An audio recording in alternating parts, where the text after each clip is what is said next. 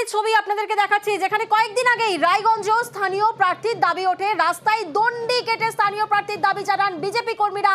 আর আজ হুগলিতে পোস্টার রাজনীতি। আর অন্যদিকে এই ঘটনাতেই দণ্ডি কেটে বহিষ্কৃত, শৃঙ্খলা ভঙ্গের দায়ে দল থেকে বহিষ্কৃত বিজেপির প্রাক্তন জেলা সভাপতি। রায়গঞ্জে ভূমিপুত্র প্রার্থী চেয়ে দণ্ডি নেতার সদস্য পদ থেকে বহিষ্কার বিশ্বজিৎ লাহিড়ীকে।